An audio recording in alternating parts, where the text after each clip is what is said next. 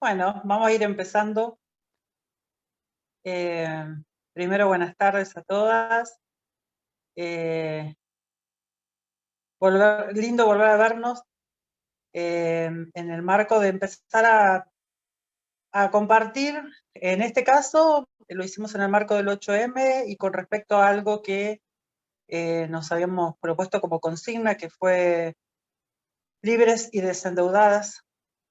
Y bueno, y otras consignas que tuvieron que ver con que la deuda es con nosotras y que tienen que pagarla los que la tomaron, que fue las consignas que estuvimos trabajando durante todo el mes de marzo y que además fueron consignas que llevamos tanto al 8 de marzo a la marcha, como también a los encuentros, tanto el de La Plata como cada uno de los regionales del Ministerio de las Mujeres de Provincia. Así que en ese marco nos comunicamos con Lucy.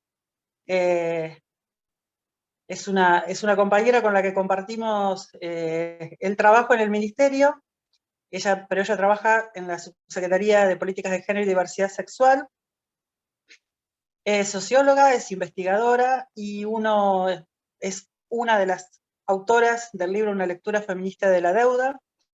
Y nos pareció muy interesante poder primero compartir, que ella nos pudiera compartir, bueno, las ideas de este libro y las ideas que tiene, digamos, desde una lectura feminista de la deuda, para después, sí, manejarnos con el tema de preguntas y bueno, y lo que querramos compartir con ella. En ese sentido, lo que les pedimos es que esperemos a que termine su exposición para compartir en el chat las cosas que vayamos pensando, porque a veces, si no, digo, quienes están en los celulares especialmente se les complica porque se les aparecen las lecturas a cada rato. Entonces, poder disfrutar de escuchar lo que Lucy tiene para compartirnos, para después poder hacer las preguntas. Ustedes dicen que quieren hacer una pregunta en el chat y Julieta va habilitando los micrófonos para que puedan hacer la pregunta, o si la quieren escribir y nosotros la leemos, es exactamente lo mismo. O quieren levantar una mano, por ahí mejor lo del chat, porque si levantamos la mano y además está el chat, hay que ir controlando las dos cosas. Pero bueno, así vamos, después podemos hacer las preguntas que querramos hacerle y compartir con ella esta cuestión. Yo decía que esto es como un comienzo también, porque nos vamos preparando para lo que estamos ya, el año pasado pudimos desarrollar y este año vamos a volver a desarrollar, que es la Escuela de Género y Política Cristina Fernández. Esa Escuela de Género y Política va a centrarse sobre algunas cuestiones muy propias de una lectura política, pero una lectura feminista, digamos, de muchas cuestiones que están vinculadas a la política. Así que bueno, esto es como un comienzo, es una primera charla para después empezar a compartir otras cuestiones que van a ser las propias de la escuela, que seguramente a fines de abril o principios de mayo estaremos compartiendo y estaremos largando en esa propuesta que tendría su segundo año. Así que agradecerles a toda la presencia. No sé, Susana, si querés hablar ahora, hablas al final, como vos quieras. Y bueno, y después darle la palabra a Lucy, por supuesto, para que nos comparta. No, démosle la palabra a Lucía para que nos comparta, y buenas tardes a todas las compañeras y compañeros que estén acá. Bueno, muchas gracias por la invitación, muchas gracias Silvia, muchas gracias Susana. Para mí es un gusto, es un honor estar con ustedes, y la verdad es que la introducción me vino muy bien porque el libro se presentó ya hace 3 años, ¿no? Ahora salió otro incluso, hay una versión ampliada, se puede descargar gratuito de la web. Y hay otro que escribimos con Silvia Federici, que es nuevo y se llama ¿Quién le debe a quién?, que también va un poco tratando de profundizar algunas hipótesis del primer libro, que se llama Una lectura feminista de la deuda, y son libros escritos, ¿no? Digamos, al calor de las movilizaciones feministas de los últimos años, ¿no? Creo que eso es lo que tienen de rico.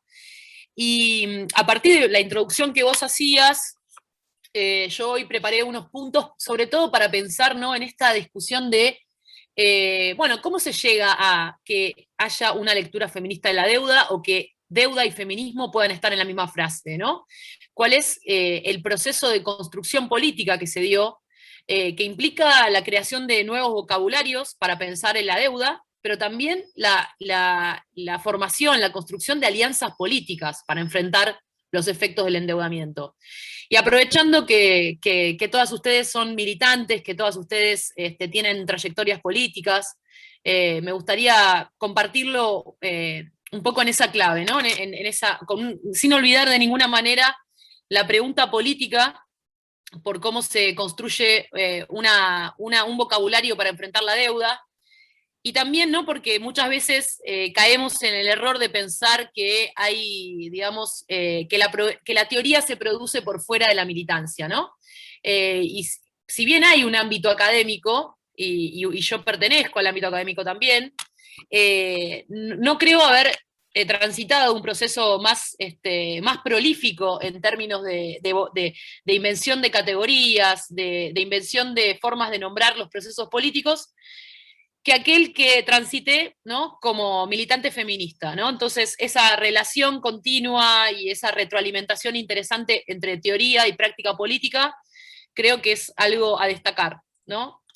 Por eso me interesa mucho compartir este encuentro con ustedes, que son militantes de campo nacional y popular y feminista, como dijo la vicepresidenta en su discurso.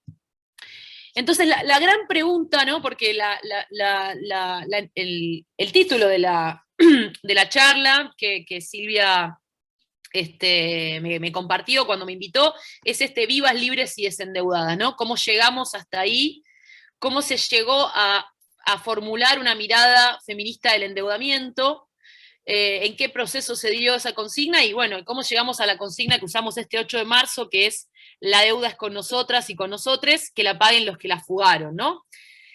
Entonces, primero arrancar por pensar que hoy vamos a discutir no solamente la deuda externa, sino vamos a tratar de discutir el vínculo entre la deuda externa y la deuda que aparece en los hogares, ¿no?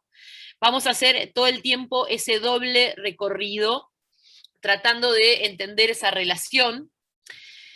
Lo primero que hay que decir es que el Fondo Monetario Internacional está en la Argentina desde 1956, no casualmente, después de derribar el gobierno peronista, ¿no? El Fondo Monetario Internacional es una institución que se creó después de la Segunda Guerra Mundial, como parte del consenso de los países ganadores de la Guerra Mundial, en una conferencia que se llamó la Conferencia de Bretton Woods, donde también nace la ONU, ¿no?, la Organización de Naciones Unidas, y el Fondo Monetario tiene como, digamos, como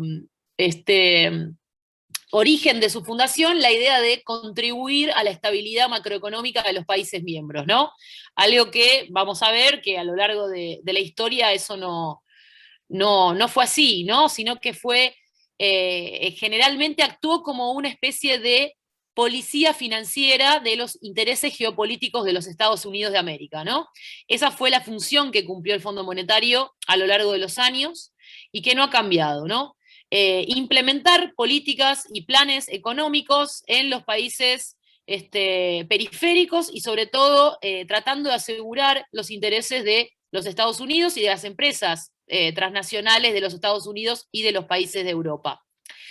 Si bien la llegada del Fondo Monetario, la entrada del Fondo Monetario a la Argentina data de 1956, creo que yo pondría una fecha, un hito para pensar cómo aparece la deuda hoy en la dictadura militar, ¿no?, que comienza en 1976, la dictadura cívico-eclesial militar, el terrorismo de Estado, ¿no? Ese terrorismo de Estado que una de las primeras cosas que hace es cambiar la arquitectura financiera institucional de la Argentina, ¿no? Muchas veces, cuando recordamos ese proceso, se olvida a veces reponer cuáles fueron las modificaciones que hizo la dictadura en el sistema productivo, justamente en leyes financieras muy importantes, y cómo justamente muchas de esas leyes las arrastramos hasta el día de hoy, ¿no? Y es importante situar en esa fecha el inicio de lo que encontramos hoy, porque en ese momento hay un cambio fundamental, ¿no?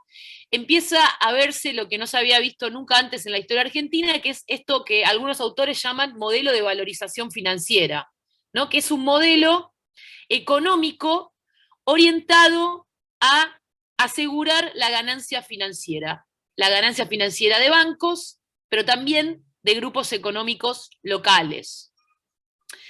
Entonces, ese modelo económico es básicamente lo que consolida el poder de veto de los poderes fácticos que arrastramos hasta hoy. Se arma un mecanismo de saqueo, un mecanismo que cíclicamente vuelve a la Argentina vulnerable a los ciclos de endeudamiento, que es lo que muchos autores hablan, ¿no?, de endeudar para poder fugar, ¿no? Endeudar, es decir, endeudar a la nación, hacer que el Estado tome deuda pública o asuma la deuda de los privados, para que esos privados puedan sacar del país sus ganancias en dólares. Ese es el mecanismo perverso que comienza la dictadura y que después sucesivamente cada vez se hace más difícil desarmar, y que incluso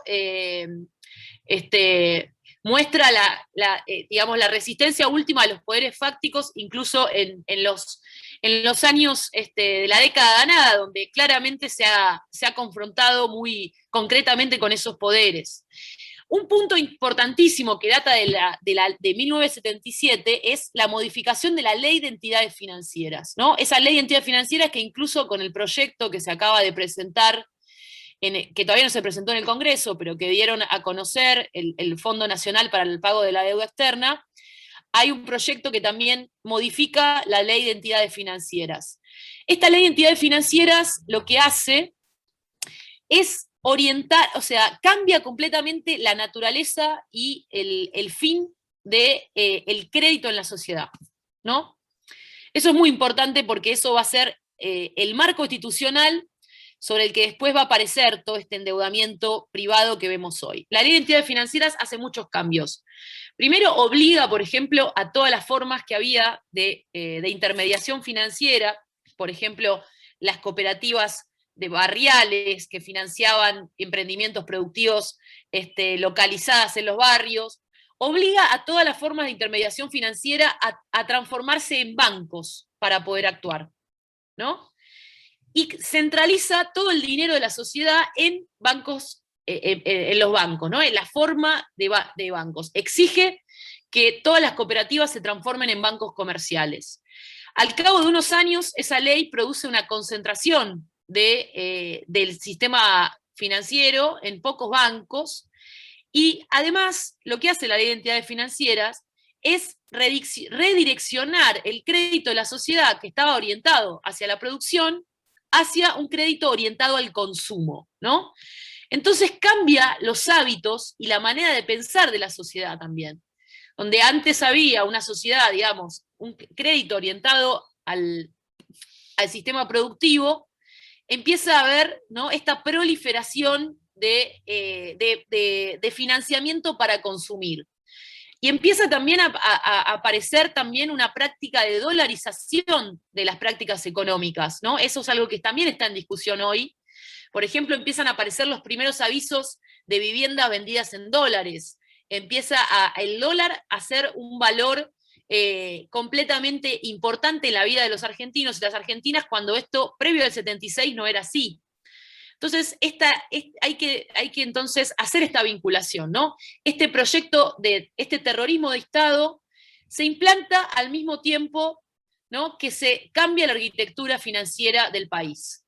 Y en ese sentido nosotras decimos que hay un origen, ¿no?, de este modelo de valorización financiera que es inescindible de la aplicación de violencia. Creo que lo que se trata es de pensar cómo esa violencia, que en su momento se aplicó a través del terrorismo de Estado, hoy esa violencia financiera se expresa de otros modos, ¿no? Cómo se expresa esa violencia de los poderes fácticos y del sistema financiero sobre las vidas, sobre todo de las mujeres. La primera pregunta, entonces, que yo planteaba es, bueno, ¿cómo aparece estos términos de deuda y feminismo juntos, no? Hay una particularidad del feminismo en Argentina, que es que el proceso de masificación del feminismo se da en paralelo al proceso de endeudamiento más acelerado de nuestra historia, que es el proceso de endeudamiento de Mauricio Macri, ¿no? Que comienza con un endeudamiento acelerado para acreedores privados y que termina en el año 2018 con la vuelta al Fondo Monetario Internacional, que es lo que estamos sufriendo hoy. Voy a tomar un mate. Y entonces se da esta primera paradoja que también nosotras tratamos de pensar en el libro, ¿no? ¿Qué significa que un movimiento se haga masivo y transversal en el mismo momento en que se da un proceso de endeudamiento acelerado, ¿no? ¿Cómo afectó ese préstamo stand-by y cómo se desarrolló una mirada feminista para pensar los impactos de ese endeudamiento? Hay que tener en cuenta, ¿no?, que el préstamo stand-by que Macri firma en el año 2018 tenía en la descripción del acuerdo incluso un apartado de género, ¿no? Sin embargo, ese préstamo stand-by de 57.000 millones, pero que se dieron finalmente 44.000 millones, a pesar de tener un lenguaje de género, reforzó desigualdades, sobre todo desigualdades de género, ¿no? ¿Y cuáles son esos índices sobre los cuales nosotras deberíamos desarrollar una mirada atenta para entender cómo es el impacto diferencial de los ciclos de endeudamiento? El primer impacto de este endeudamiento con el Fondo Monetario Internacional empieza a verse en el aumento del trabajo no remunerado que realizan las mujeres en el ámbito doméstico. Esto se ve en distintos estudios cualitativos. ¿Pero por qué sucede eso? Lo que sucede durante el gobierno de Macri es que hay un recorte de servicios públicos, y cuando se recortan los servicios en salud, en educación, incluso dando de baja ministerios, eso impacta aumentando la carga del trabajo no remunerado que tienen que hacer las mujeres y las disidencias en sus casas para sostener la reproducción de la vida. El segundo impacto fue la baja de las moratorias previsionales que habíamos conquistado durante el gobierno de Cristina Kirchner en la reforma previsional. Esas moratorias previsionales permitieron que muchas mujeres que no cumplían con los años de aportes jubilatorios pudieran jubilarse, ¿no? Fue una política revolucionaria, y que incluso recuerdo una frase que me dijo mi abuela 2 meses antes de morir, me dijo: es la primera vez que puedo ir a la peluquería sin pedirle permiso a tu abuelo, ¿no? Eso sucedió con esas moratorias previsionales que fueron muy reparadoras. ¿Y por qué fueron reparadoras? Porque permitieron que muchas mujeres se jubilaran aún si no tenían los años de aporte, y en ese sentido, esa es una de las primeras políticas que el Fondo Monetario Internacional le pide al gobierno de Macri que dé de baja, ¿no? Esto no lo vemos solamente en Argentina. Por ejemplo, yo estudié el proceso de endeudamiento externo en México, y cómo una de las primeras reformas que exige el Fondo Monetario Internacional es avanzar sobre las políticas de inclusión previsional, que son siempre políticas que sobre todo favorecen a las mujeres, ¿no? Porque son quienes tienen trayectorias laborales más intermitentes, más marcadas por la informalidad, o que trabajaron toda su vida en su casa, pero que eso no les significa después poder jubilarse. Entonces, el Fondo Monetario Internacional, cuando aparece en Argentina con el acuerdo firmado por el gobierno de Macri, una de las primeras cosas que pide es la baja de esas moratorias previsionales. Y aparece lo que ahora conocemos como esta pensión universal, que todavía está vigente y que significa una baja significativa en relación a lo que sería un haber previsional. No llega ni al 80% de lo que sería cobrar esa jubilación vía esa moratoria. Esas moratorias previsionales vencen en junio, pero además algo que se viene reclamando también del movimiento feminista es que se amplíe la fecha de corte. ¿Qué quiere decir? Que hoy sigue estando en el 2003. Es la fecha a partir de la cual una puede computar años de trabajo, perdón, años sin aportes, ¿no? Entonces, eso es importante. El Fondo Monetario Internacional ataca directamente el derecho a inclusión previsional de las mujeres. Eso sucede en Argentina y también en otros países del mundo. Al mismo tiempo sube la tasa de desocupación, incluyendo, digamos, afectando principalmente a las mujeres jóvenes de la provincia de Buenos Aires. Eso sucede durante todo el periodo de implementación del plan económico del Fondo Monetario a partir del 2018. El segundo efecto, el cuarto efecto tiene que ver con la suba de servicios públicos, la suba de las tarifas de los servicios públicos, una medida que también venía pidiendo el Fondo Monetario, y algo sobre lo que me quisiera detener, que es lo que vamos a ver más profundamente, y que está planteado en el libro, como decía Silvia, es un aumento, como nunca antes en la historia argentina, de la deuda doméstica, de un fenómeno que se ve últimamente a partir justamente de las políticas de ajuste del gobierno de Macri, que es un fenómeno en el cual una cantidad importante de la población empieza a endeudarse para vivir, ¿no? Esa deuda macroeconómica, esa deuda que es estatal, se empieza a meter en las casas. Aparece como una deuda necesaria para vivir. Estos son los efectos, ¿no? Como decía, estas son la mirada que pone el feminismo sobre el impacto de este acuerdo con el Fondo Monetario, y que son también claves de lectura que podríamos utilizar hoy, ¿no? Cuando se habla, por ejemplo, de revisiones trimestrales, es importante, por ejemplo, que nosotras podamos incluso generar desde la propia discusión política, ¿no? Una propia revisión trimestral sobre cuál es el impacto que tienen los acuerdos con el Fondo Monetario cada 3 meses, ¿no? En relación a estos índices, ¿no? En inclusión previsional, desocupación, el nivel del salario. Creo que sería interesante pensar cómo se podría mapear o discutir eso en tiempo real después de las visitas del Fondo Monetario, ¿no? En el año 2017 aparece el primer paro a Macri, ¿no? Que ese es lo que siempre decimos como el primer paro a Macri se lo hicimos las mujeres. Y ahí empieza un proceso de organización donde, como ustedes seguramente han sido parte, también se empieza a discutir este efecto del endeudamiento, y la mirada feminista empieza a poner el ojo en cuál es el impacto del endeudamiento en la vida cotidiana, ¿no? Eso es una forma de mirar esta discusión desde el feminismo.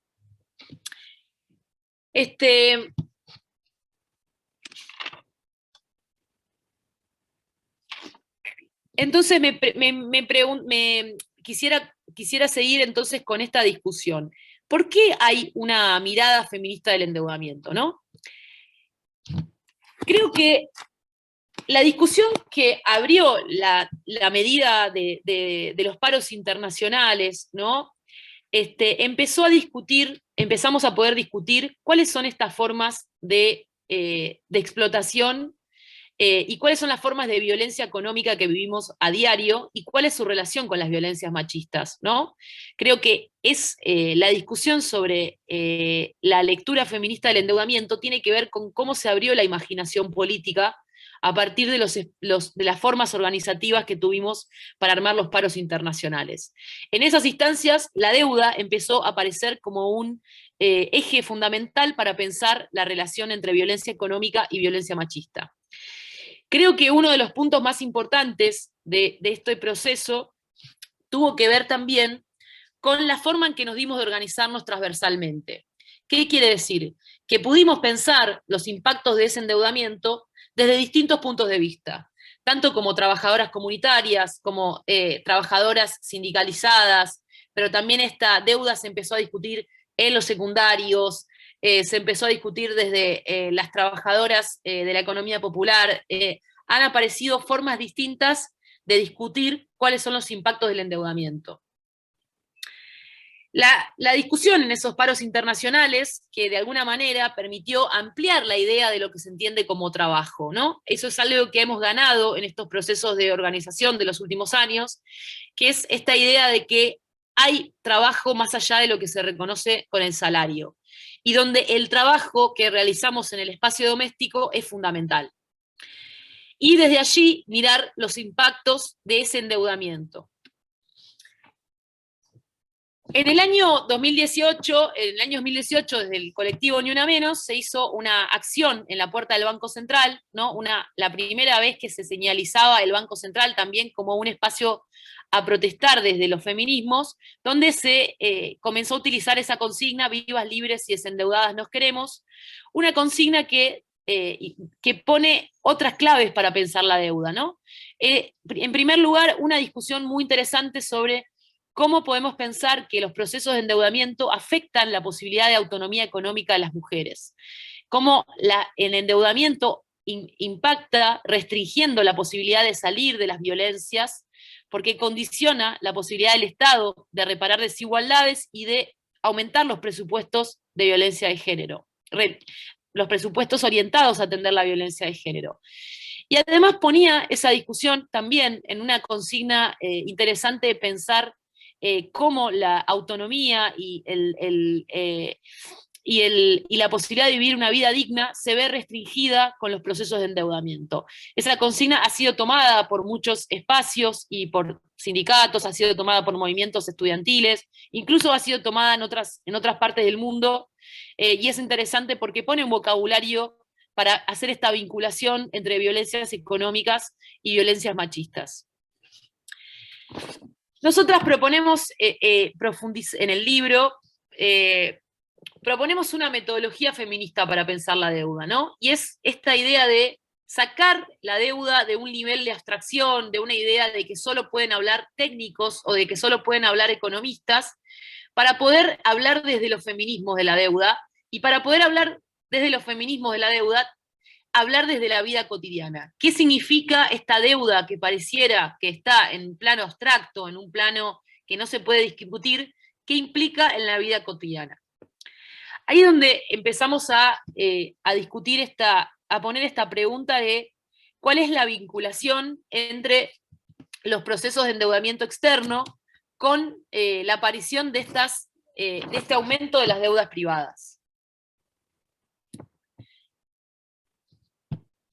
Y poner en relación, ¿no? Y acá quiero detenerme en esta discusión.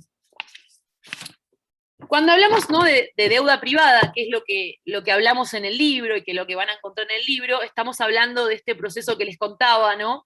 Este salto cualitativo y cuantitativo del endeudamiento de las familias. Nosotras hicimos una investigación donde relevamos que a partir del 2018 la deuda privada se expandió como nunca antes en las casas y que fueron las mujeres como sostenedoras de esas economías domésticas en momentos de crisis quienes se endeudaron en mayor cantidad. Eso lo podemos ver, por ejemplo, pensemos que en el peor momento de la crisis del macrismo, casi el 80% de quienes tenían asignación universal por hijo se endeudaron para vivir, ¿no? Empezó a aparecer este fenómeno que no había aparecido nunca en la historia argentina, y cuando una pregunta, ¿no? Lo que aparecía era que frente a la caída del poder adquisitivo de salarios, de subsidios, la deuda empezó a aparecer como una forma de solucionar emergencias en la vida cotidiana, y empezó a avanzar, ¿no? Estos negocios financieros empezaron a estar presentes para comprar medicamentos, para comprar alimentos, incluso para salir de situaciones de emergencia. Entonces, nosotras empezamos a decir que hay un gesto feminista para pensar la deuda, que es empezar a buscar estas deudas que también se dan en el espacio privado, ¿no? Como ese gesto que hizo el feminismo cuando empezó también a politizar el ámbito doméstico, cuando decimos que en el ámbito doméstico hay trabajo, cuando decimos que en el ámbito doméstico hay violencia muchas veces, pues también decimos que en el ámbito doméstico hay deudas. Y la pregunta es, ¿quiénes son las que asumen esas deudas y por qué nos endeudamos y a qué costo nos endeudamos? Por eso nosotras realizamos una investigación y dimos con el resultado de que son las mujeres de los sectores populares quienes se endeudan para vivir a tasas de interés altísimas, ¿no? A diferencia de una mujer de clase media o de clase media alta que puede endeudarse en el sistema formal, en los bancos privados o bancos públicos, lo que observamos es que hay un fenómeno por el cual el endeudamiento de los sectores populares y de las mujeres de los sectores populares se da de manera informal y se da con financieras que están instaladas en los barrios, con tarjetas que son no bancarias, que muchas veces son tarjetas emitidas por las casas de electrodoméstico. Y estamos hablando de tasas de interés que rondan el 180%, ¿no? Y cómo ese endeudamiento se empezó a destinar para comprar alimentos en algunos casos. Entonces, la pregunta política que nosotras decimos que aporta el feminismo es pensar quiénes se endeudan, por qué se endeudan y para qué se endeudan. Es decir, ponerle cuerpo y narración concreta al endeudamiento. Si las deudas justamente tratan de, o decir, el mundo financiero trata de volverse abstracto, de decir que no tiene nada que ver con el trabajo, que no tiene nada que ver con los cuerpos concretos, justamente la tarea política es empezar a narrar concretamente quiénes son las que están endeudadas y por qué. Y la discusión también por ejemplo, es cómo aparece la deuda, por ejemplo, en los hogares que tienen mayores cargas de cuidado, ¿no? Hay una vinculación entre endeudamiento y cuidados, es decir, entre digamos, las que están más endeudadas son quienes realizan más trabajo no remunerado. Y aquí hay un fenómeno particular que hay que poder pensar, que es, a diferencia de las formas en las que nos endeudábamos en la década de los 70, en la década de los 80, cuando necesitábamos el salario para acceder a instrumentos financieros, por ejemplo, una se endeudaba con un préstamo hipotecario y ponía de garantía el salario. Lo que apareció en los últimos años es toda una cantidad de instituciones financieras informales, en muchos casos no reguladas por el Banco Central, que ofrecen préstamos sin necesidad de poner garantía al salario y que tienen como particular objetivo a la población que cobra subsidios sociales, donde las mujeres son abrumadora mayoría. Entonces, estas instituciones financieras que proliferan en los barrios son posibles gracias a esa ley de entidades financieras que hablábamos, que se dictó en la dictadura militar y que permitió que muchas empresas se dedicaran al negocio financiero sin ningún tipo de regulación y con tasas de interés altísimas. Y que incluso muchas están vinculadas o son segundas marcas de los bancos, ¿no? Hay bancos que tienen, digamos, dirigen su cartera de préstamos a la clase media en el banco y que tienen segundas marcas para endeudar a los sectores populares a tasas de interés altísimas. Y paradójicamente, lo que se ve en las estadísticas es que son los sectores populares quienes más devuelven los préstamos. O sea que la tasa de interés que pagan y que pagan una tasa de interés altísima no tiene nada que ver con el riesgo que asumen estas financieras. Nosotras empezamos a pensar, ¿no? ¿Qué significa que una gran cantidad de mujeres en Argentina, a partir del gobierno de Mauricio Macri, estén endeudadas para vivir, ¿no? Y empezamos a pensar que había una función política de la deuda, ¿no? Esa deuda que asumimos en las casas. Y es que la función política es que asumamos de manera privada y de manera individual los costos de un ajuste. Digamos, podemos pensar que, por ejemplo, a diferencia de la crisis económica del año 2001, donde no existía esta proliferación del endeudamiento, atravesamos todo el periodo macrismo endeudándonos para vivir, ¿no? Como si hubiéramos asumido de manera individual los costos de esa crisis, endeudándonos más. Y por eso se vuelve tan necesaria la mirada feminista, porque la mirada feminista es capaz de politizar lo que pasa en el ámbito doméstico y poder establecer esta relación entre deuda pública y deuda de las familias. Y sobre todo devolverle el conflicto a lo financiero, ¿no? Es decir, politizar lo financiero. No es lo mismo endeudarse a una tasa del 180% que endeudarse a una tasa subsidiada, por ejemplo, como cuando se ofrecían préstamos en la época de Cristina, que eran tasas bajísimas, y que muchos jubilados lo utilizaban, o jubiladas lo utilizaban, por ejemplo, para comprar un electrodoméstico o para hacer un viajecito. No, acá estamos hablando de préstamos de tasas de interés altísimas y que encima se usan para comprar alimentos básicos. En ese sentido, nosotras hablamos de que hay una mirada del feminismo que empieza a mapear, a decir concretamente cómo se da esta relación entre deuda doméstica y reproducción de la vida. ¿Qué quiere decir? Que el negocio financiero avanza cada vez más en aspectos de la vida cotidiana de las mujeres. Si antes no era necesario endeudarse para acceder a medicamentos, con el salto de los precios que dieron durante el macrismo, incluso que también se quitaron derechos para los jubilados, que ahora algunos medicamentos se volvieron a dar de forma gratuita, empezó a haber un negocio financiero para acceder a esos medicamentos. Y también esta discusión de por qué justamente los hogares donde se realiza mayor trabajo no remunerado son los hogares más endeudados. Y nosotras estudiamos también, por ejemplo, cómo hay una relación entre los mandatos de género y la deuda. Por ejemplo, hay muchos préstamos que se ofrecen directamente a las mujeres, aprovechando su rol de sostenedoras de la economía doméstica en las situaciones de crisis, ¿no? Hay, por ejemplo, hay publicidades que se dan en la puerta de las escuelas, ¿no? Para la mamá, hemos encontrado publicidades que hablaban directamente de créditos para las mujeres, ¿no? Para las mujeres que son las que van a sostener la vida, sostener la economía doméstica. Y entonces decimos que muchas veces estas formas de endeudar compulsivamente a la población refuerzan los mandatos de género, ¿no? Porque nos ponen otra vez en el rol de sostenedoras de la economía doméstica y de hacer malabares en la vida cotidiana para devolver la deuda. Y en ese sentido, hay una vinculación entre endeudamiento privado y violencia de género, que también está discutida en la consigna Vivas, Libres y Desendeudadas. Nosotras hemos hecho un trabajo de investigación donde muchas veces, donde comprobamos que había muchas mujeres endeudadas que no abandonaban el hogar en el que estaban, justamente porque habían asumido la titularidad de la deuda. Entonces decían, bueno, la deuda no nos deja decir no cuando queremos decir no. Y ahí hay un vínculo muy concreto, y es una forma muy concreta de violencia económica. Pero también hay una vinculación entre deuda y precarización laboral.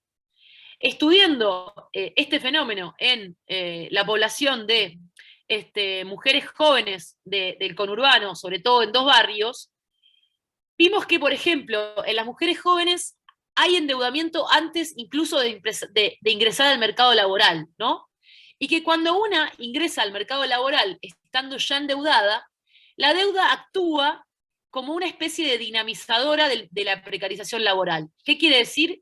Que estando endeudada acepto peores condiciones laborales y acepto más trabajos para pagar esa deuda, ¿no?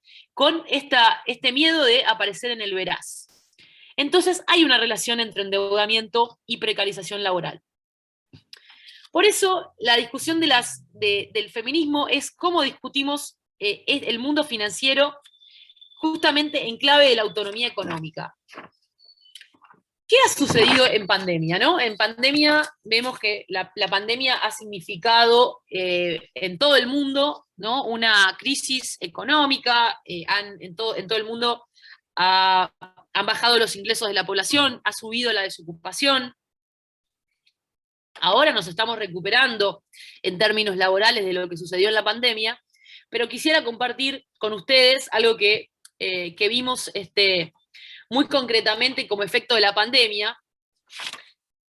que es al contrario de esa idea de suspensión o de cuarentena, ¿no? Que muchas veces,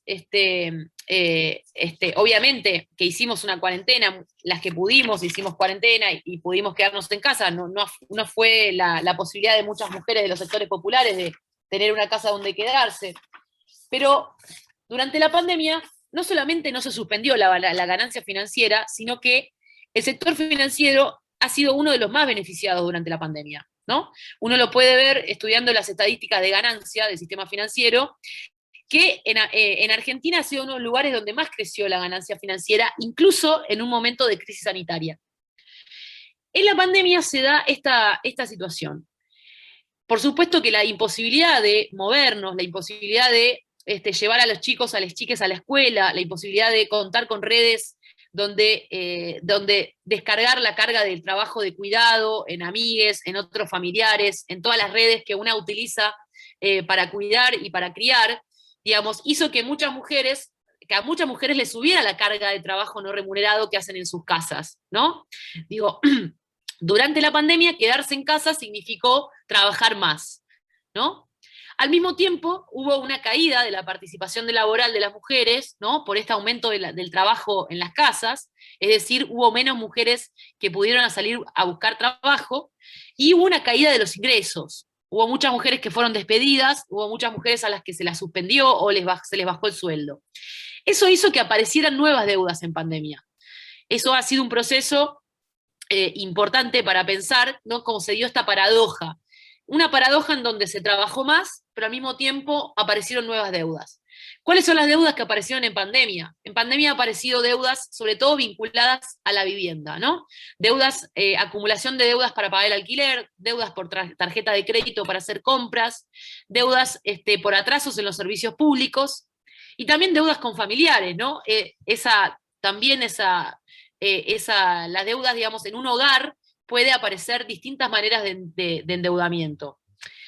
Entonces, me parece que fue importante la mirada del feminismo para pensar qué es lo que pasaba en cada casa en la pandemia, ¿no? Este fenómeno de caída de la participación laboral, aumento del trabajo no remunerado y aparición de nuevas deudas. Hoy, la participación laboral ya se recuperó a niveles previos a la pandemia, pero sin embargo, los ingresos todavía no se recuperaron, ¿no? Entonces, el fenómeno del endeudamiento sigue extendido. Y creo que esto, claramente, en la provincia de Buenos Aires estamos por implementar una nueva política pública que se llama Desendeudadas, que es un programa de política pública que nos va a permitir trabajar con las mujeres endeudadas de los sectores populares, endeudadas con financieras, con estas financieras que les comentaba, que prestan al 180%, para justamente refinanciar esas deudas a una tasa subsidiada desde el Banco Provincia. Pero me parece interesante pensar que la deuda aparece, ¿no? ¿Cuáles son las condiciones de aparición de estos fenómenos de endeudamiento de la población? En primer lugar, la caída de los ingresos, la suba de la inflación y la suba de los servicios públicos son fenómenos que, digamos, actúan como dinamizadores de este endeudamiento. Y creo que la mirada feminista es muy importante porque pone la discusión de quiénes son las que asumen esas deudas y quiénes son las que sostienen la economía cotidiana. Por lo tanto, creo que hemos llegado a este 8 de marzo, para ir, voy a parar en breve la exposición para no hacerla tan larga. Hemos llegado a este 8 de marzo con un acumulado importante desde los movimientos feministas, que están conformados por todas las organizaciones libres del pueblo, para pensar en una agenda muy concreta de cómo impacta el endeudamiento en clave feminista, ¿no? Y para decir justamente, para desplegar una agenda que diga que la deuda es con nosotras, ¿no? Cuando decimos que la deuda es con nosotras, lo que estamos haciendo es invertir la carga del endeudamiento, es decir, preguntarnos quién nos debe a nosotras antes que qué debemos nosotras, y creo que es importante pensar qué es lo que se nos debe. Y ahí me parece que aparecen, ¿no?, esta discusión de una buena política de ingresos, la vuelta de las moratorias previsionales, el aumento de las remuneraciones y el achicamiento de las brechas salariales. Y en ese sentido creo que la consigna de la deuda es con nosotras ha sido muy importante para instalar esta idea de que hay una deuda interna que debe ser priorizada antes que una deuda externa. Y creo que nos queda como agenda pendiente avanzar en tomar desde el feminismo una agenda concreta sobre que paguen la deuda quienes la fugaron y quienes se beneficiaron.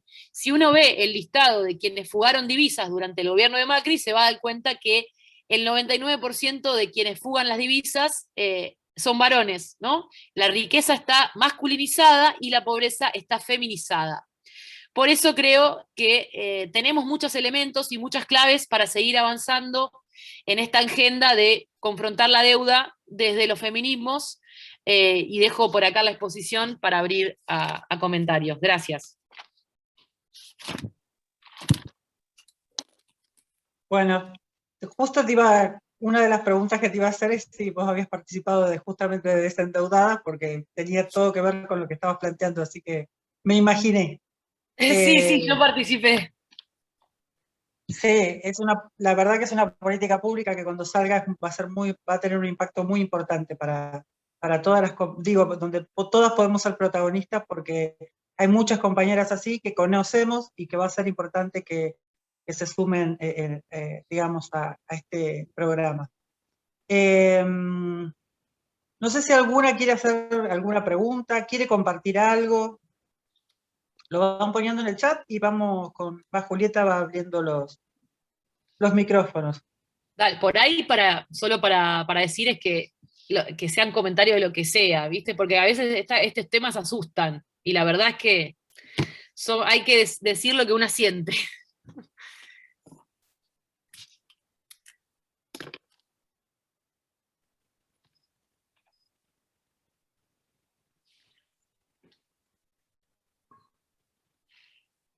Voy a prender la luz un segundo.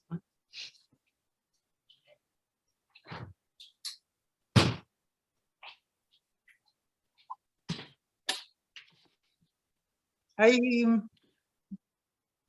creo que Mónica Machado está pidiendo la palabra, Juli. ¿Vos la visitás?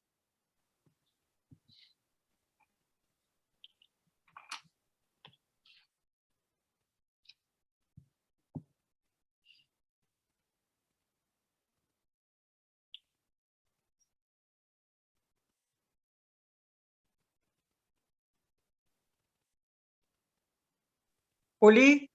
Hola, sí, acá estoy. Dale. Bueno, un poco para aseverar lo que contaba recién ella en su desarrollo y verificar que esto es así. En el caso de los asalariados y mucho más complejo en el caso de las compañeras y jefas que tienen a cargo su familia. Eh, Fue tan claro los hitos que fue marcando, eh, y sobre todo el tema de las tarifas, del aumento indiscriminado de los alimentos en la última gestión, que fue un vuelco terrible. En realidad, costó en un momento compatibilizar la realidad que teníamos y empezar a resolver de qué manera empezábamos a achicarnos en las cuestiones que tenían que ver con regular la administración de la familia, y empezar a endeudarnos. Eso fue muy claro. Pero además quería, quería compartir que desde el momento mismo en que uno pasa por una situación de divorcio o de separación, empieza un proceso de empobrecimiento de la mujer, donde las madres nunca decimos no al requisitorio de los hijos de ropa, comida o útiles escolares, y del otro lado siempre hay un esperar, y que eso lo atravesé como experiencia y con determinado margen que me permitió posicionarme en un lugar donde pude fortalecerme y salir, pero no es el caso de la gran mayoría de las compañeras que están hoy mucho más empobrecidas en ese grupo de mujeres de los asistidas con planes, por suerte, pero bueno, nada alcanza. Nosotros eventualmente tuvimos una situación ahora con la emergencia, y bueno, tenemos compañeras que se les llovió, que no tienen ropa, que no tienen colchones, que no tienen frazadas, y no hay cómo resolverlo, porque estamos con los límites ahí al margen, y eso también es una deuda de la necesidad de armar una red para poder dar respuesta o para aprender a poner en voz las necesidades y peticionar desde algún lugar, ¿no? Y con esto termino. Gracias. Gracias, Mónica. Ahí están haciendo una pregunta que te dicen: ¿cuáles son las perspectivas en relación al endeudamiento de las mujeres de sectores populares en el actual contexto, pago de la deuda macrista? ¿Se profundizaría ese endeudamiento de los hogares? ¿Por dónde pasarían los frenos a esto? Sí, es una buena pregunta. A ver, el fenómeno del endeudamiento, como yo decía, es un fenómeno complejo, no tiene solamente una causa. pero claramente la primera causa es la caída del poder adquisitivo. Digamos, lo que cambia en el macrismo es la relación entre salario y deuda. Lo que quiere decir es que los ingresos dejan de abarcar las necesidades básicas y empiezan a completarse con deuda. Entonces, bueno, eso es una causa estructural. Después hay otra que tiene que ver con cuáles son los servicios públicos que provee el Estado y a qué precio, ¿no? Eso también es una fuente de endeudamiento. Por ejemplo, a diferencia de Chile, en Argentina no tenemos deuda por educación, ¿no? En Chile se endeudan para ir a la universidad.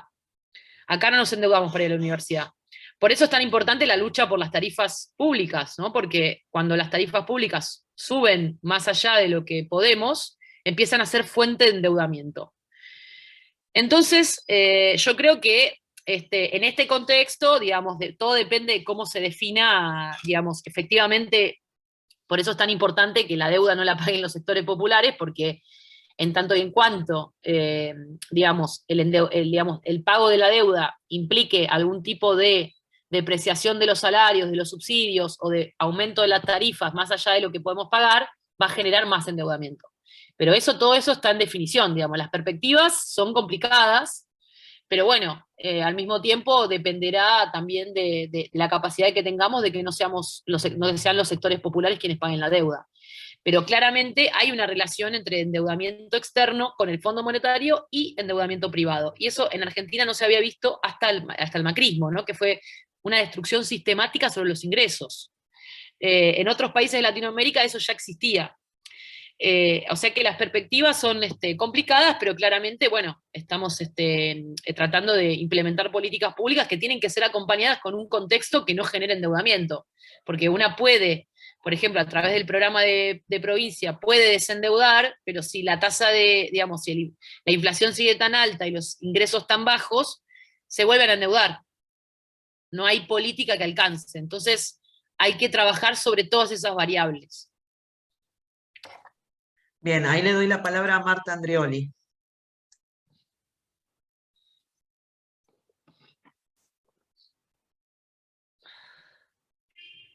Hola.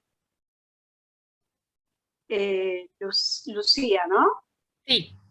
Bueno, ha sido tan contundente que es difícil elaborar un pensamiento, una reflexión, porque se disparan muchas vivencias personales y personas a su vez que nos rodean o que asistimos o que como compartimos experiencias de vida. Entonces, decís, claro, es como una luz muy brillante. Decís, claro, claro. Quería hacer esta reflexión. Creo que es muy, muy, muy profundo todo esta consigna del último 8M, aunque muchas amigas, amigues, no tengamos esta posibilidad de charlar y ver históricamente cómo se fue produciendo esta deuda, es que justamente ayer una joven artista, generadora de su propio trabajo, ecológico además, hablábamos de feminismo, de violencias, esto que estuvo en boga estos días por el Oscar y el actor que le pegó al otro y todas esas cosas. Pero lo interesante es que con esta joven, a través de estas reflexiones, pudimos ir hacia atrás en el tiempo. Ella tiene casi 30, yo tengo 65, y entonces te empiezan a preguntar desde otro lugar, no ya la violencia de género o el machismo en cuanto a una pareja o en cuanto a sus amigos, sino esta cuestión del contexto cultural, económico, cómo se vivía en décadas anteriores. Yo fui adolescente en los 70, 74. La dictadura llegó cuando ya había terminado la secundaria y estaba cursando estudios superiores. Entonces, esta posibilidad de verse hacia atrás, mi generación, y poder compartirlo con mis hijas o las amigas, Desde esta otra mirada, ¿no? Más profunda, es lo que agradezco de todo esto que vos estás diciendo. Y de todo no quedarse solamente con esta cuestión de amarillista, digamos, de hacerlo en un momento. Y donde sigue siendo el hombre el centro de atención, no la mujer, como en estos casos de los Oscars. Así que me parece que es fundamental este libro que han hecho y estas reflexiones. Así que te agradezco. Gracias, Marta.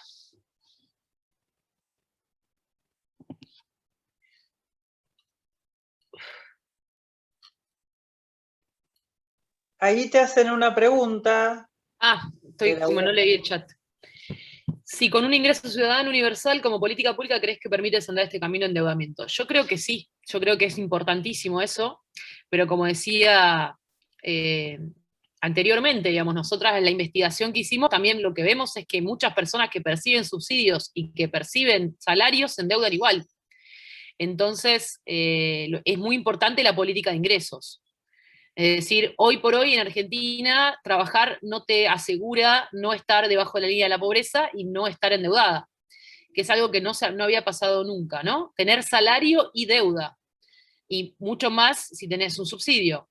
Entonces, la política de ingresos ciudadanos sería muy importante porque claramente están más endeudadas quienes no perciben ningún tipo de ingreso, incluso toman deuda a través de otras personas que sí tienen ingresos, porque, por ejemplo, lo que vemos mucho es que se da como una especie de triangulación, ¿no? Le pido a mi mamá, que es jubilada, que asuma una deuda para mí. Entonces, claramente, por supuesto que es importante que se avance en un ingreso ciudadano. Yo estoy completamente de acuerdo con esa política, creo que hoy por hoy hay una gran parte de la población que no tiene ingresos y que no se va a poder absorber en el mercado formal por muchos años, y que tiene que ser una política, un shock importante de ingresos, pero al mismo tiempo esos ingresos tienen que acompañar tienen que ir a la par de los precios, porque si no se genera una espiral de endeudamiento nuevamente. Ahí le habilito la palabra a Beatriz.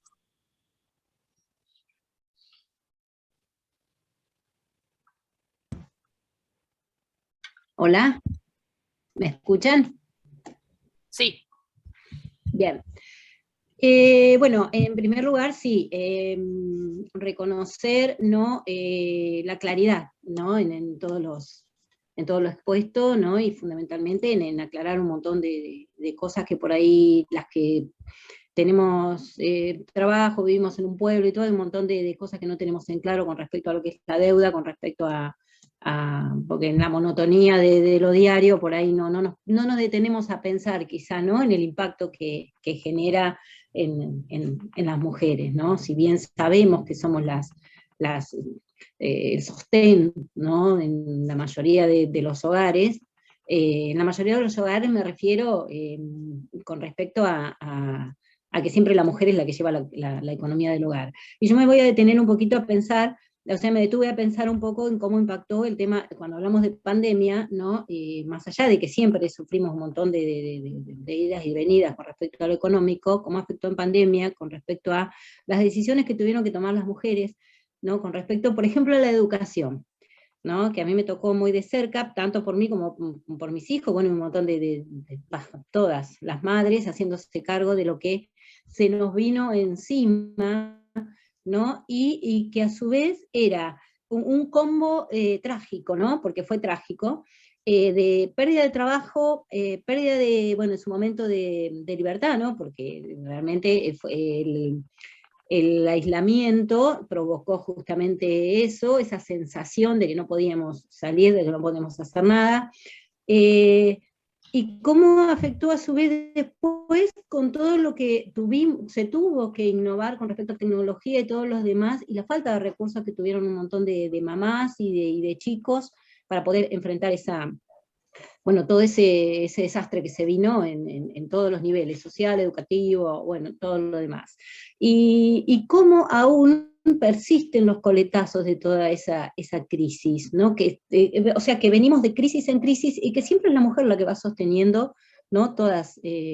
o sea, todas estas crisis, ¿no? O sea, más que nada me detuve a pensar en eso, cómo lo sufrieron, cómo se iba potenciando y la falta por ahí de soluciones, ¿no? De soluciones urgentes, porque los chicos tenían que seguir con el colegio, los papás algunos pudieron seguir trabajando, otros no, o los hombres, los papás o quienes fueran. Y las mujeres siempre haciéndonos cargo de todo, porque tanto en lo económico como en lo emocional, como, bueno, más que nada yo me detuve a pensar en todo eso, y que no ha cambiado a través de los años, porque si yo me pongo a pensar en mi madre, en mi abuela, y bueno, y después en nosotras, y veo, por ejemplo, ahora mi sobrina y gente joven, que es la mujer siempre la que pone el hombro en todos los ámbitos. Más que nada me detuve a pensar en todo eso. Gracias, Beatriz, sí. Y además ahora, ¿no? se agrega esto de, además de asumir el endeudamiento. Como llegar a casa. Sí, estás muteada. Florencia Ronco.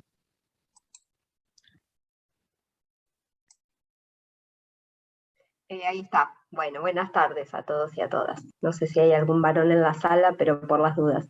Bueno, primero nada, agradecer a Lucía la exposición magnífica, la verdad, que echa luz en serio, como dijeron las compañeras que me precedieron en la palabra, y quería atarlo a una cosita, a ver un comentario que por ahí, no sé si tiene un poco de historia en realidad, relacionándolo, como dijeron las compañeras anteriores, con la historia personal, porque es inevitable por ahí.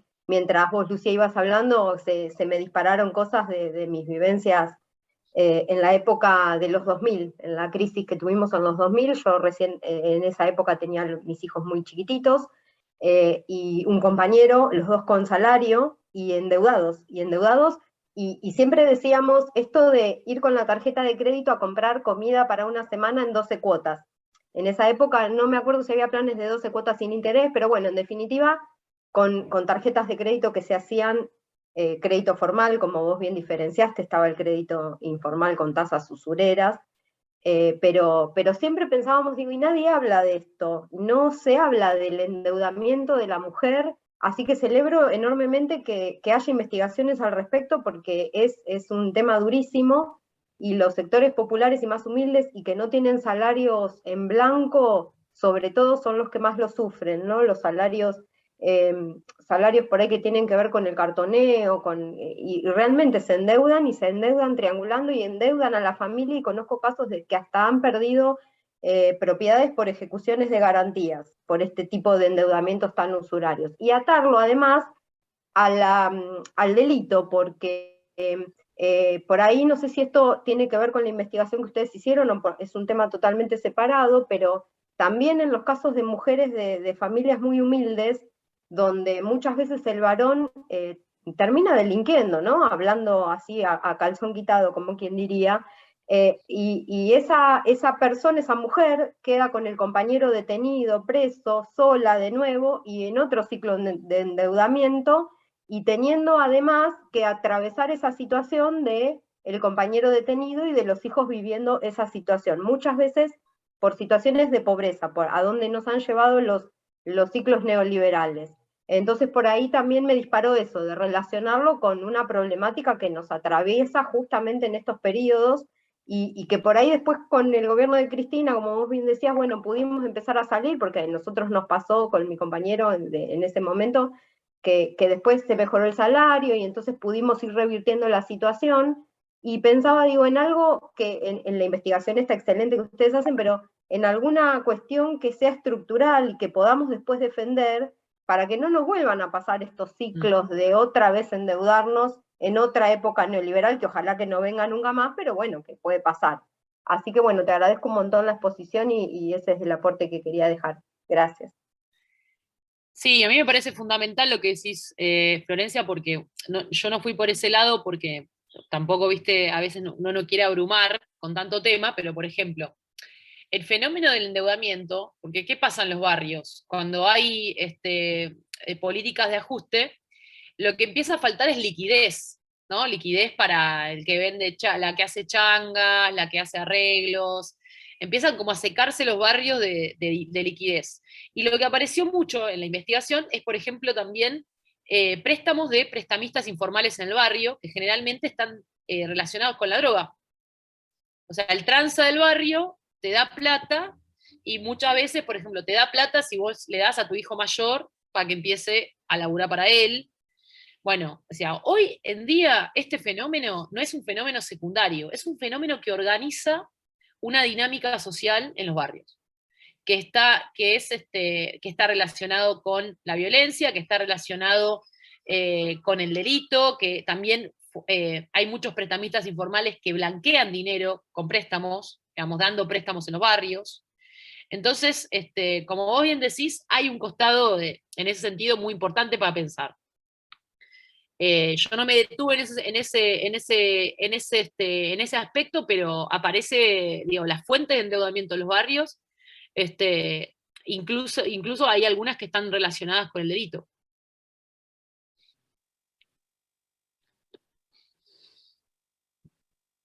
Hay varias pidiendo la palabra. Sí, Vanina pidió, Vanina Calvo, y después creo que está Mariela.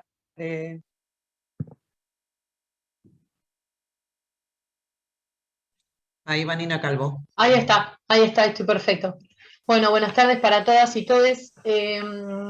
Una pequeña reflexión a partir de algunas cosas que fueron surgiendo, y a partir de esta exposición, Lucía, que la verdad que súper clara, y además que es como, voy a usar una expresión un poco bastante informal, que es como una trompada de realidad en el medio de la cara, ¿no?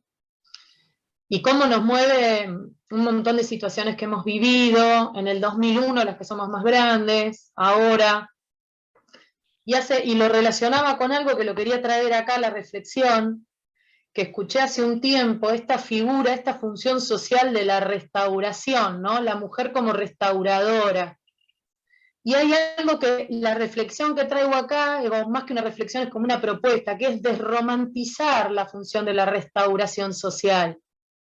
Porque cuando nos decimos, como siempre le ponemos el pecho, ya lo sabemos, siempre salimos adelante, ya lo sabemos, siempre sostenemos el entramado social y lo sabemos. Y lo que trajo esta deuda, en distintas crisis nos arremangamos y hemos salido adelante, y sostenemos y sostenemos. Sí, tenemos la capacidad de poder sostener y restaurar ese entramado social, y si se quiere, productivo, pero me quedaría con el entramado social. La pregunta es, ahora, a partir de esta deuda, de este endeudamiento, lo que pone en evidencia, y lo que yo quiero resaltar es, más allá de la función restauradora, que romantizarlo no es inocente, romantizar esta función de sostener no es inocente, porque ¿quiénes tienen, en manos de quién está la plata? Mientras nosotras sostenemos, mientras nosotras bancamos las deudas, mientras nosotras sostenemos nuestras comunidades, los barrios, las casas, la plata no está en nosotras, no somos dueñas, son los dueños. El poder económico, como decía Lucía, la masculinización de la riqueza. Desromanticemos la función de la restauración para poner sobre la mesa la discusión de quiénes son dueños y por qué nosotras no somos dueñas.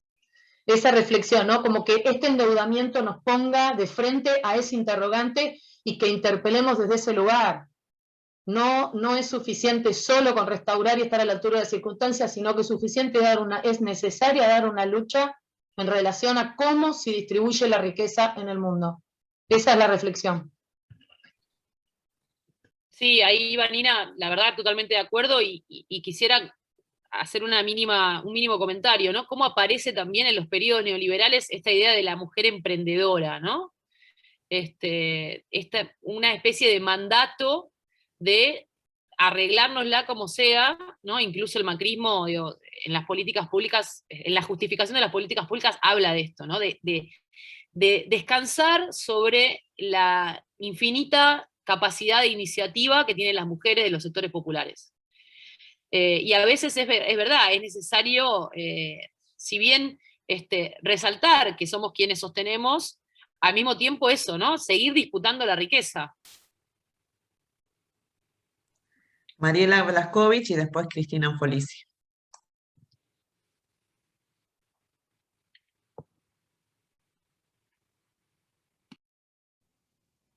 Tengo baja tensión.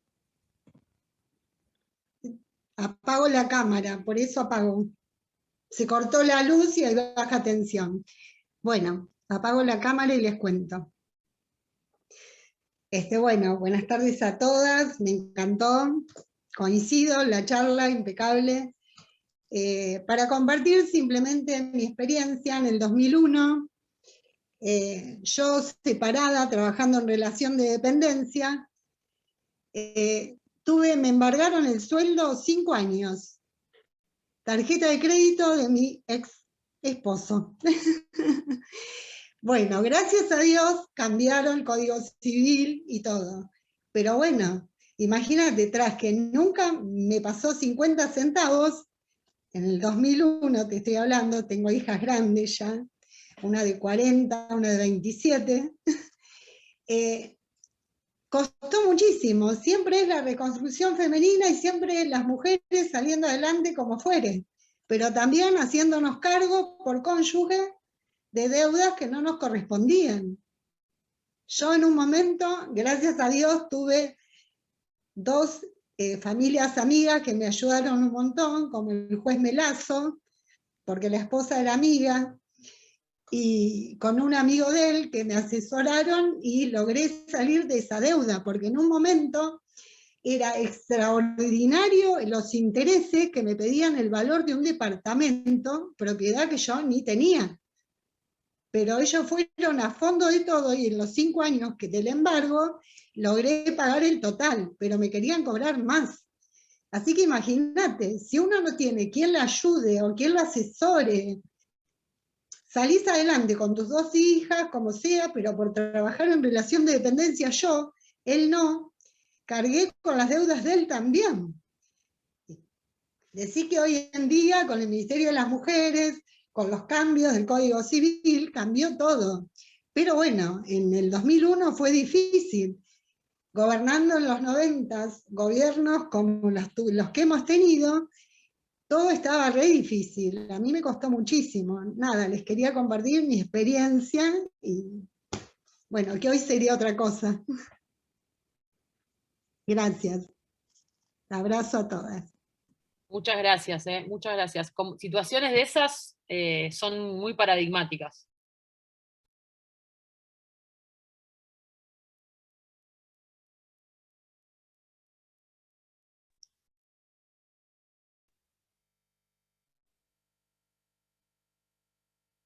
Cristina estaba, ¿no? Sí.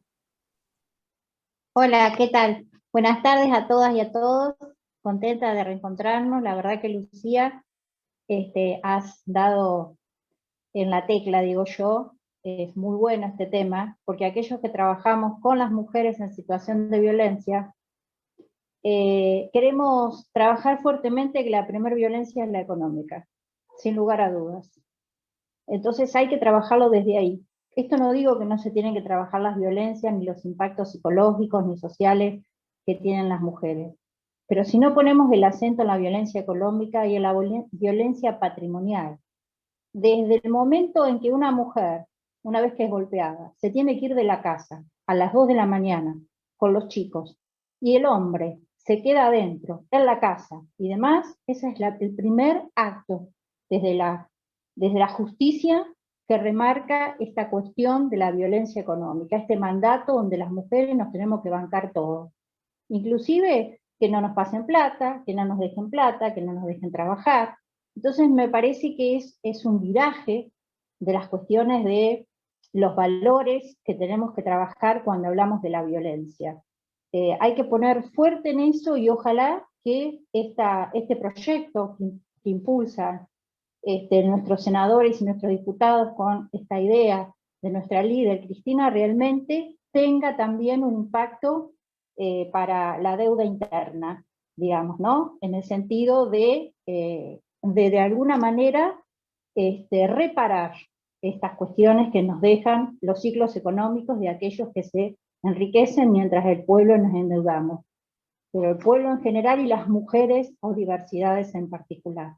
Así que tu mirada realmente hay que profundizarla, creemos que es una bandera que nosotros ya hemos tomado como partido y hay que seguir profundizándola, porque en lo diario y cotidiano, lo que nosotros vemos todos los días, que no solamente tienen de alguna manera la violencia física, la violencia psicológica, y todo lo que de alguna manera nos vamos formando y que nos forma mucho el ministerio en esta cuestión, sino la violencia económica, sin un peso, le quitan la SUBE, no pueden venir a hacer las denuncias porque no tienen nada, y además la sacan de las casas. Es que desde el lugar que a mí me toca, es pensar que estamos fuertemente trabajando para que esta situación de la justicia no se haga. Hemos logrado en algunos casos que se vayan los hombres, pero son los menos y a fuego de lo que trabajamos y ponemos nosotras, pero siempre es la violencia, digamos, esa dependencia absoluta, porque es un despojo, digamos, no solamente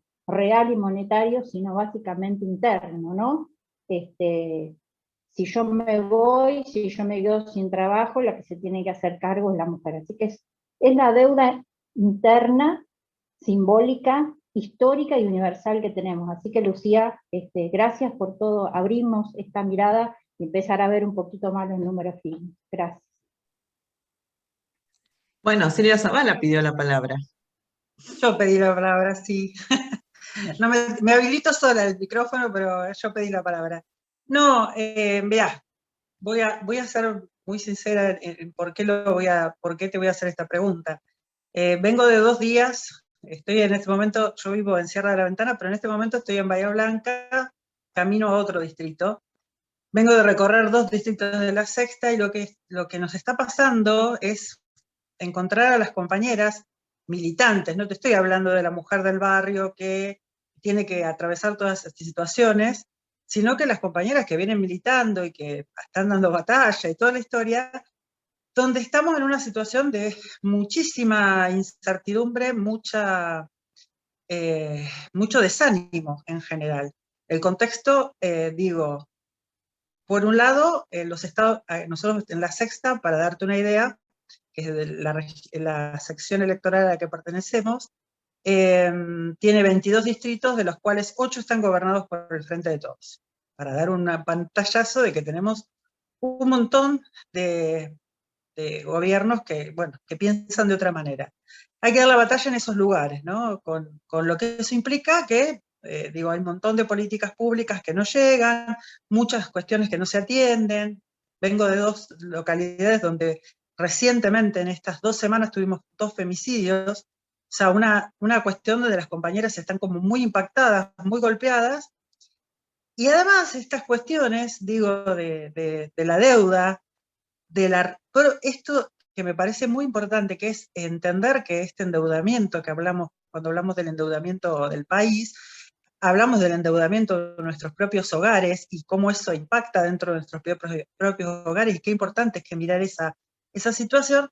Esa situación, la lucha, digamos, del patriarcado y el neoliberalismo, porque venimos dando, casi la misma batalla, pero bueno, la tenemos que dar en 2 cuestiones. Están en una situación de mucho desánimo y mucha cuestión de no saber para dónde dar algunas batallas, o cuál es la batalla más importante, cuál es la cotidiana y cuál es la que nos tenemos que dar. Entonces, en esto me parece que más allá de todo esto que vos nos aportaste de esa luz, ¿cuáles vos crees que son esos caminos, que aportan un poco de optimismo a decir, bueno, ¿cuáles son las luchas hacia dónde? ¿Qué es lo que vamos a proponernos?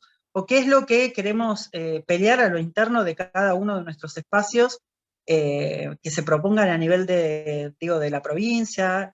Tenemos acá una compañera legisladora, tenemos compañeras concejalas, hay muchas compañeras que están en sindicatos, muchas compañeras que están en diferentes espacios que, pueden aportar desde ese lugar. ¿Cuál sería esa cuestión de lucha y por otro lado, de cuestión positiva? Hoy aportó una Vanina cuando dijo, desromanticemos esta cosa de la reparación, ¿no? De la que venimos haciendo. Esa puede ser un aporte, pero ¿cuáles crees vos que serían esos aportes? Que aporten un poco de optimismo y de incentivo a esa lucha, que la verdad uno se encuentra en una situación de mucho desánimo. Sí, yo creo que, a ver, hay como dos planos distintos, ¿no? Uno como plano de movimiento feminista, que en el movimiento feminista estamos todos los partidos, las organizaciones sociales, los movimientos sociales, digamos, es más grande que el Frente de Todos y a la vez está el Frente de Todo adentro. Y después tenemos otra situación que es más de, digamos, más propia del campo nacional y popular. Yo creo que a nivel del feminismo pasó que después del aborto nos quedamos un poco sin agenda, ¿no? Como que cuesta encontrar una demanda que aglutine y que sea tan transversal después de la consecución del aborto. Yo creo que el camino es un poco el que decía Cristina recién, ¿no? A mí me pareció que este proyecto que apareció ahora nos da mucha letra para discutir desde varios ángulos, incluso si no sale, ¿no? Aunque uno, obviamente, digo, hay algo de los ciclos de endeudamiento que están completamente relacionados a la manera en que se fuga el dinero de Argentina. Entonces, incluso uno podría tener una agenda de decir, no, digo, me voy al extremo, digo, incluso es más importante que la agenda del no pago, porque lo que está cuestionando este proyecto es el modo en el cual se consuma el saqueo financiero y que nos lleva cíclicamente a los ciclos de endeudamiento.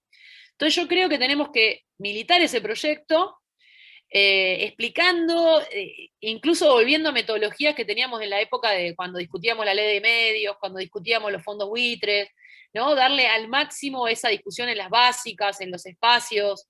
Bueno, quiénes tienen la riqueza, dónde se la llevaron, cuáles son esas empresas fugadoras, y al mismo tiempo creo que tenemos que tener una agenda de deuda interna, que podrían ser, bueno, desde ya la lucha porque crezcan los salarios y los subsidios, la lucha porque vuelvan las moratorias previsionales. Digo, creo que habría que militar en los dos planos. En un plano claramente apoyando ese proyecto y yendo a cuestionar esa riqueza masculinizada y esa riqueza fugada que nos lleva continuamente a los ciclos de endeudamiento y hacer mucha pedagogía sobre ese proceso, porque es también una manera de producir ilegitimidad de la deuda, ¿no? Es decir, el destino de la deuda fue la fuga.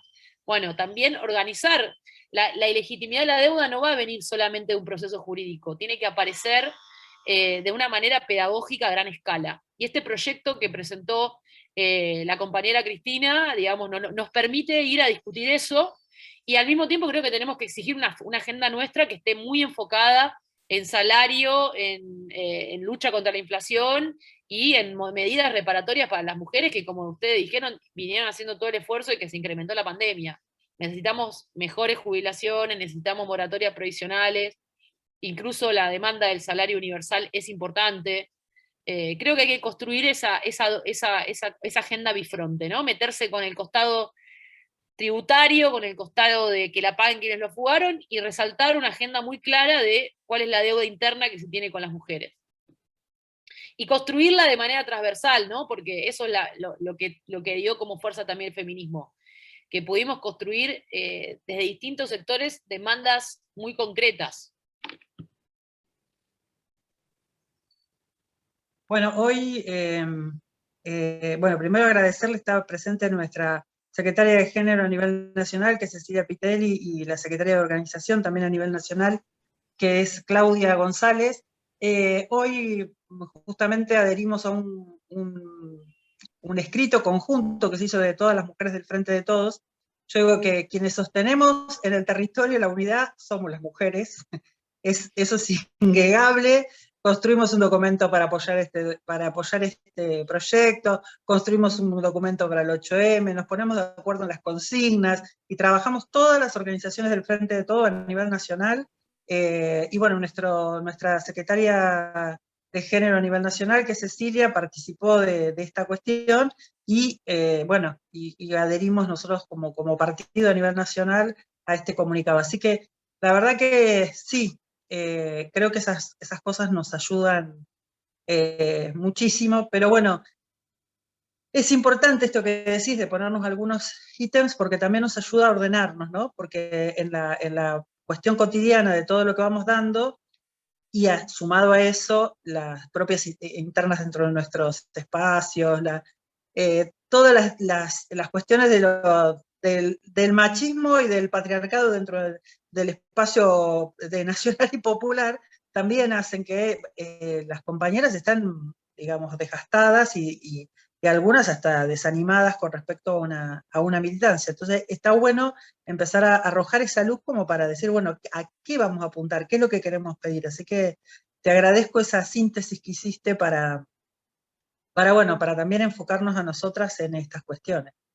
Quiero compartirles que con Lucy no va a ser la primera vez que vamos a estar, porque Lucy va a ser una de las que va a estar exponiendo la escuela, va a estar trabajando con nosotras en la escuela de género. Este año nos va a acompañar, así que hoy fue nada más que para endulzarnos, para decir, bueno, vamos a seguir, la escuela va a ser abierta, como siempre, a todas las compañeras que quieran participar, no solo desde nuestro partido, y también va a ser abierta a los compañeros.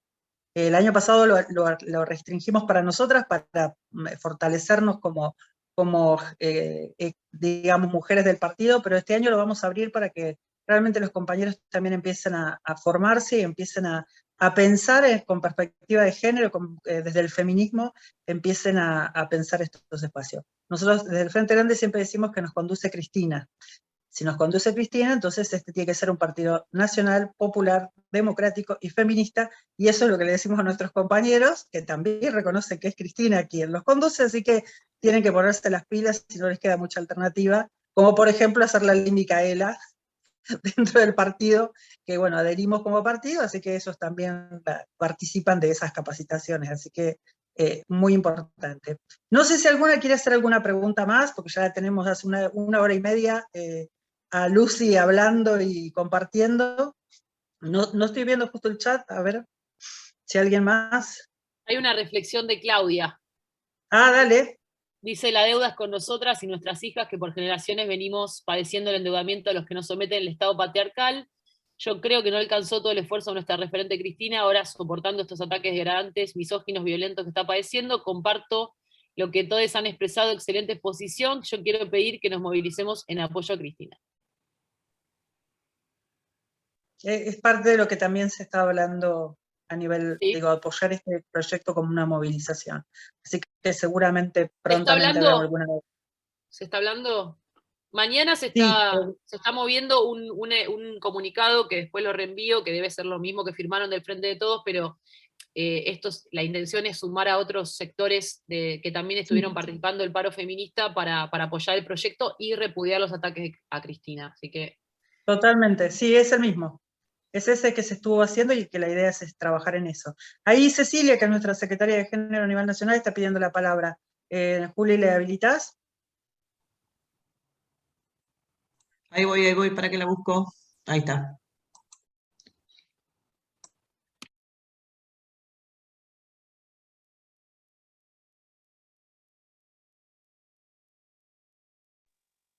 ¿Cecilia?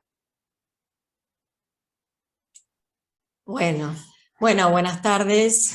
Agradecerte a vos, Lucy, que nos hemos visto en otras circunstancias, efectivamente, y bueno, reforzar lo que decía Silvia, ¿no? Que sí, estamos en sintonía y acompañando estas cuestiones, y efectivamente las compañeras del Frente Grande hacen un pedido especial de ver si podemos avanzar hacia una movilización en apoyo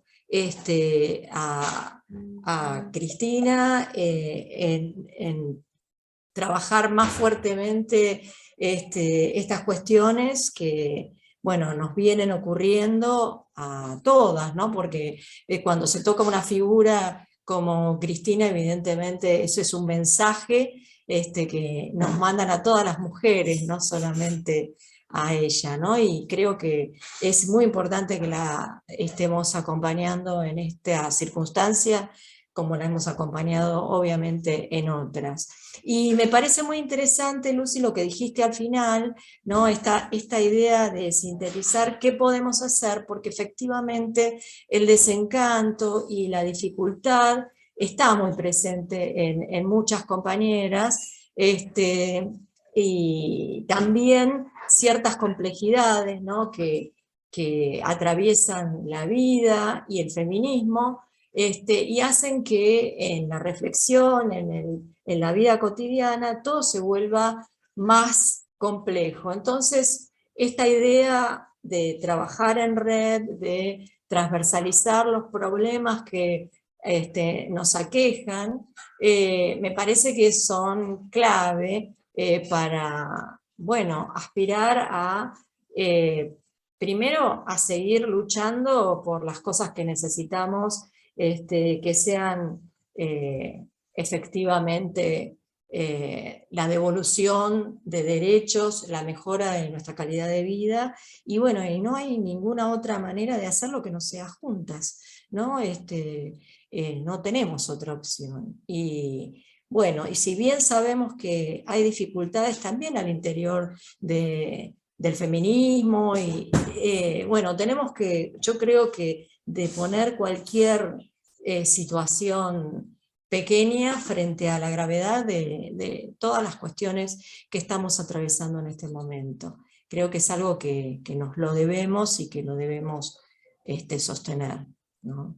Firmemente. Así que gracias por haber compartido con nosotras este momento.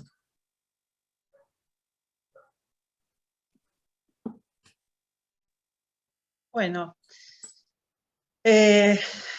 Lucy, gracias enormes, porque la verdad que disfrutamos mucho de este rato, de poder compartir con vos, que nos puedas por ahí situar en estas cuestiones y empezar a mirar las cosas desde estos lugares. Gracias a todas las compañeras que se tomaron a las 6:30 de la tarde de un día como hoy. Ya no sé ni qué día es, por eso dije un día como hoy, porque no sé ni qué día de la semana, ya estoy hasta perdida en los días de semana. Se tomaron este día, digo, a las 6:30 para poder estar y compartir y escuchar sobre estas cuestiones. Seguro que vamos a estar compartiendo mucho más cuando ya atravesemos el tema de la escuela, pero queríamos, en el marco de este 8M y con estas consignas que nos habíamos propuesto y con estas reflexiones que estamos empezando a hacer, y en el marco además, justo que no lo pensamos así, pero apareció este proyecto y que también nos permite pensarlo desde ese lugar, bueno, poder compartir con ustedes y con Lucy fue una cosa sumamente interesante. Desde tanto de Secretaría de Nacional como desde provincia de género laburamos en estas cosas, digo, en arrojar, empezar a mirar con mirada feminista todas las cuestiones que tienen que ver con nuestra militancia política, y bueno, y esto nos ha aportado muchísimo, así que te queremos agradecerles a cada una, y bueno, vamos a seguir en contacto porque, digo, esto no se termina. Susana pide disculpas, se desconectó porque se le cortó la luz, como a Mariela. Lo que pasa es que no tenía batería, entonces, bueno, tuvo que desconectarse. Se le ha cortado la luz a Ensenada, parece. Así que, bueno, les pide disculpas. Pero bueno, muchísimas gracias y nos estaremos viendo pronto, si Dios quiere. Gracias a todas. Chau, chau.